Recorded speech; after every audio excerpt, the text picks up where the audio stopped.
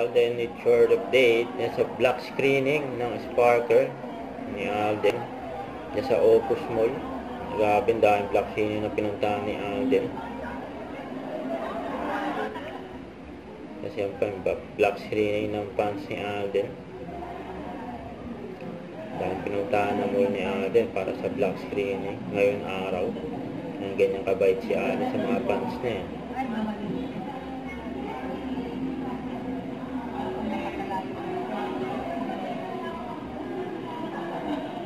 Inikot na ni Alden ang buong mall.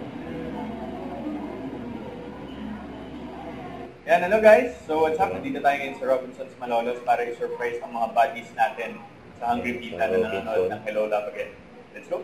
And all the way from Calgary, Canada, ladies and gentlemen, let us welcome the newest brand ambassador of the Hungry Pita, Mr. Alden Richard.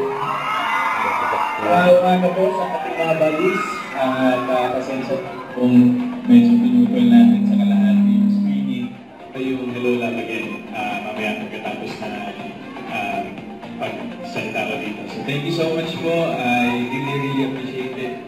Sir JC and Mr. Maraming salamat. And see you soon po ulit. Maraming salamat po for the support. Thank you, Hungry Pita. 2, 1!